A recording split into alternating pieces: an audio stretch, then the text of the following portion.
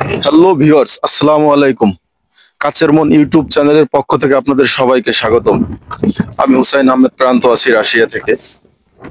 আসলে আমি সব সময় আপনাদের অনুরোধের ভিডিও তৈরি করে থাকি। তবে আমি আজকে আপনাদের কমেন্ট থেকে মানে কিছু মানুষের কমেন্ট দেখে আমি হতবাক হয়ে গেছি। তাদের উদ্দেশ্যে কিছু কথা বলতে চাই। আমি রিসেন্টলি একটা ভিডিওতে আমি বলেছি যে আপনারা অবৈধভাবে রাশিয়াতে আসবেন না। আপনারা রাশিয়াতে আসতে হলে অবশ্যই বৈধ ওয়ার্ক পারমিট এবং সরকার অনুমোদিত কোনো এজেন্সির মাধ্যমে আসেন। কারণ আপনারা অবৈধভাবে রাশিয়াতে আসলে আপনাদেরকে দালাল চক্র আর্মিতে জয়েন করিয়ে দিবে, আর আর্মিরা তখন আপনাদের যুদ্ধে পাঠিয়ে দিবে। কিছু কিছু লোক তো আমাকে কমেন্ট করতেছে যে ভাই, আমার দালাল আমাকে বলছে যে আমাকে আর্মির ক্লিনার হিসেবে ভিসা দিবে। আবার অনেক লোক আছে বলতেছে যে আমাকে আর্মির ক্যাম্পে বাবুর্চি হিসেবে ভিসা দেবে।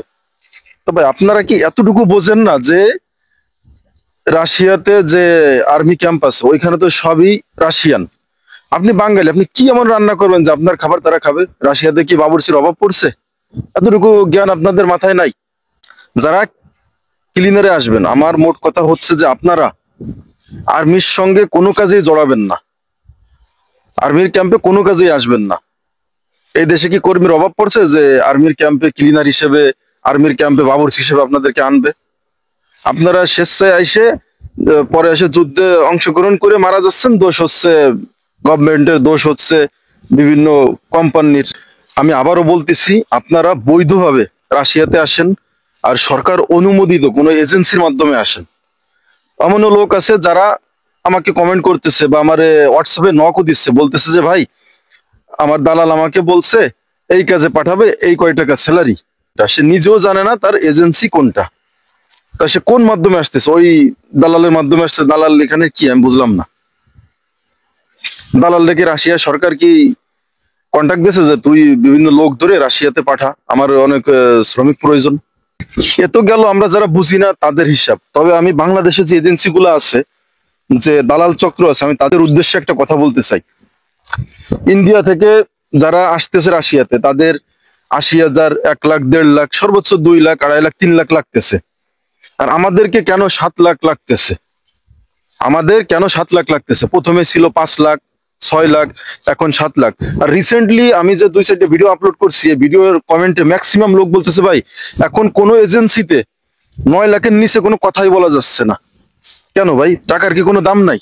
বিদেশ কারা আসে? বিদেশ তো তারা আসে যারা মধ্যবিত্ত, যারা গরিব।